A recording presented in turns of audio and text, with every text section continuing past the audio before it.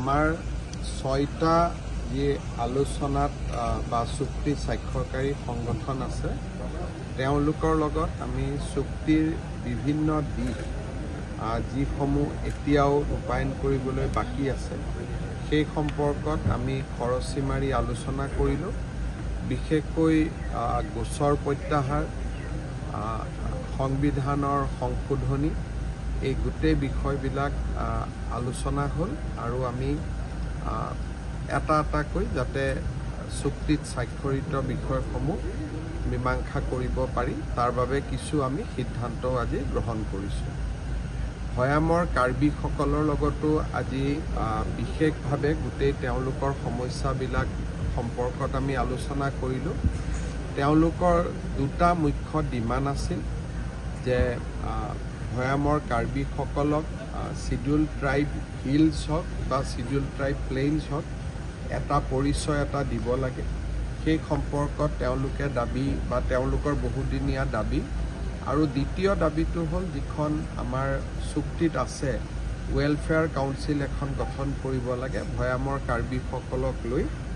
সেই বিষয়টো তেওঁলোকে আজি আলোচনালৈ আনিছিলে আৰু মই ভাবোঁ যে ভৈয়ামৰ কাৰ্বিসকলৰ গোটেই যি দুটা সমস্যা আমি অহা ৩-৪ মাহৰ ভিতৰত সমাধান কৰিব পাৰিম আৰু সেইটোৱে মই তেওঁলোকক আজি আশ্বাস দিছোঁ আৰু মই ভাবোঁ যে তেওঁলোকো যথেষ্ট সন্তুষ্ট হৈছে আৰু আমি আজি আলোচনাত যিখিনি সিদ্ধান্ত গ্ৰহণ কৰা হৈছে এইখিনি আমি আগুৱাই লৈ যাম।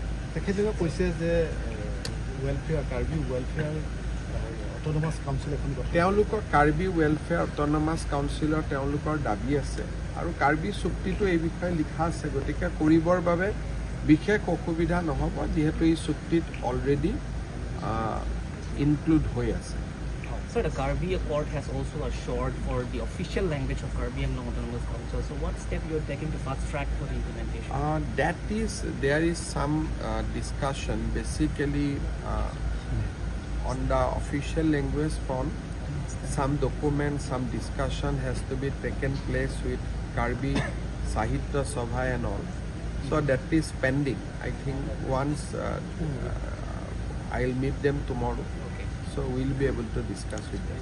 আৰু আজি 100 কোটিতকৈ অধিক কেইবাটাও প্ৰকল্প আছে, গতিকে আজি এতিয়া অলপমান ৰাইজৰ লগত বা যিমানকেইটা নতুন প্ৰকল্প আছে গোটেইকেইটাৰ আমি শুভ উদ্বোধন কৰিব পাৰিম। ছাৰ, পঞ্চায়ত ইলেকশ্যনক লৈ কংগ্ৰেছে এটা অভিযোগ কৰি আছে যে কংগ্ৰেছে বিজেপিয়ে প্ৰশাসনক লগাই বাধা দিছে কিবা কৰিছে। চব গোটেই কথাটো হ'ল যে পঞ্চায়ত ইলেকশ্যনত যিবিলাক ব্যক্তি থিয় হয় তেওঁলোক সকলোৱে জনা বুজা ব্যক্তি আৰু 300তকৈও ওপৰত জিলা পৰিষদৰ সদস্য সংখ্যা আছে আৰু পঞ্চায়তৰ যি মেম্বাৰ সি প্ৰায় 2000ৰো ওপৰত আছে। তাততো বিশেষ কোনো সাংঘাতিক উইড্ৰয়েল হোৱা নাই যে এনেকুৱা যে গোটেই সমষ্টিবিলাকতে উইড্ৰয়েল হৈ গৈছে, তেনেকুৱাটো হোৱা নাই। আৰু মেম্বাৰতো এইবাৰ আটাইতকৈ হায়েষ্ট মানুহে ইলেকশ্যন খেলিছে। গতিকে যদি কিবা ঘটনা ঘটিলেহেঁতেন তেতিয়াহ'লে অসমৰ চাৰিওফালৰ পৰা খবৰবোৰ আহিলেহেঁতেন।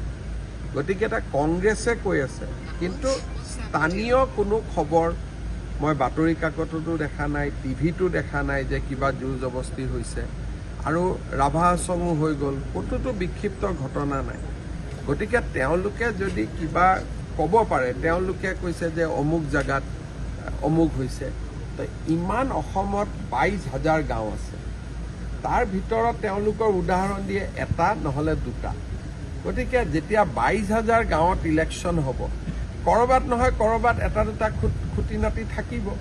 সেইখিনিকে যদি তেওঁলোকে প্ৰশাসনক জনায়, প্ৰশাসনে তৎকালীনভাৱে ব্যৱস্থা গ্ৰহণ কৰিব, প্ৰশাসন নিৰপেক্ষ থাকিব, আৰক্ষী জিলা প্ৰশাসন নিৰপেক্ষ থাকিব। আমি বিচাৰোঁ যে ইলেকশ্যনটো ভাল কৰি হওক আৰু ইয়াত কোনো গণ্ডগোল হ'ব নালাগে, খেলি মেলি হ'ব নালাগে আৰু অসমৰ সুনামত যাতে ক'তো চেকা নপৰে। সেইকাৰণে কংগ্ৰেছে সদায় চেষ্টা কৰে অসমক বদনাম কৰাৰ কাৰণে। মোৰ কথাটো হ'ল যে স্পেচিফিক অভিযোগ দিয়ক, কোনোবা যদি ব্যক্তিয়ে আপোনালোকক কিবা হাৰাশাস্তি কৰিছে আমি লগে লগে একশ্যন ল'ম। কিন্তু এই মুহূৰ্তলৈকেতো তেনেকুৱা কোনো খবৰ নাই যে অমুকে কিবা এজাহাৰ দিছে। প্ৰদ্যুৎ বৰদলৈ আৰু ভূপেন বৰাই ডিজিপিক কৈছে, কিন্তু কেণ্ডিডেট কোনেওতো ক'তো এজাহাৰ দিয়া নাই। যদি কিবা এজাহাৰ দিয়ে আমি তৎকালীন ব্যৱস্থা হাতত লওঁ। হাৰিবৰ কাৰণে তেওঁলোকে হাৰা জিকাৰ ৰিজাল্টটো আপোনালোকে জানেই যে কি হ'ব কি নহ'ব, গতিকে তাত বহুত গৈ লাভ নাই। মইতো বিচাৰোঁ যে তেওঁলোকে একত্ৰিত হৈ নিৰ্বাচনটো ভালকৈ খেলক। প্ৰতিদ্বন্দ্বিতা হ'লে আমিও গম পাম বিধানসভা ইলেকশ্যনৰ আগত যে আমি ক'ত থিয় হৈ আছোঁ। আমিও জানিব লাগে যে আমাৰনো আজি লোকসভা হৈ গ'ল, প্ৰায় এটা বছৰ হ'ব, বিধানসভা ইলেকশ্যন এটা বছৰ পিছত আছে। গতিকে বিজেপিয়ে বিচাৰে যে পঞ্চায়ত ইলেকশ্যনটো এনেকৈ হওক যাতে আমিও মানুহৰ মনৰ এটা কিনো চিন্তাধাৰা তাক আমি বুজি পাওঁ, আৰু আমি তেনেকৈ আগবাঢ়ি গৈছোঁ। আৰু এটা কথা, মানে বিহুৰ দিনাই আমাৰ ইয়াৰ যিটো অপজিশ্যন এপিচিএলচিৰ পৰা আনিব গোটেইকেইটা এটা প্লেচমেণ্ট কৰিছিলে, মালিং মাটি দিয়া সৈনিক স্কুল, এই ডেভেলপমেণ্টৰ প্ৰজেক্টবিলাক। আজি যদি কাৰ্বি আংলঙত সৈনিক স্কুল আহিছে, সেইটোক যদি বিৰোধিতা কৰে তাৰ মই কি উত্তৰ দিব পাৰোঁ? আম্বানীক মাটি দিয়া কথাটো কি? আমিতো গোটেই কাৰ্বি আংলঙৰ মানুহক কৈ আছোঁ যে যেনেকৈ উজনি অসমত ক্ষুদ্ৰ চাহ বাগিচা হোৱাৰ পিছত বহুত ৰাইজৰ উন্নতি হ'ল, এতিয়া যদি কাৰ্বি আংলঙৰ ঘৰে ঘৰে নেপিয়াৰ গ্ৰাছ আমি কৰোঁ আৰু সেই গ্ৰাছটোক যদি আমি বায়'ফুৱেললৈকে ৰূপান্তৰ কৰোঁ, কাৰ্বি আংলঙৰ গোটেই দুখীয়া মানুহ নোহোৱা হৈ যাব। গতিকে ভাল কথাত কিবা বোলে কাৰখানা বনাব খুজিছে, ফেক্টৰী বনাব খুজিছে, আপত্তি কৰক।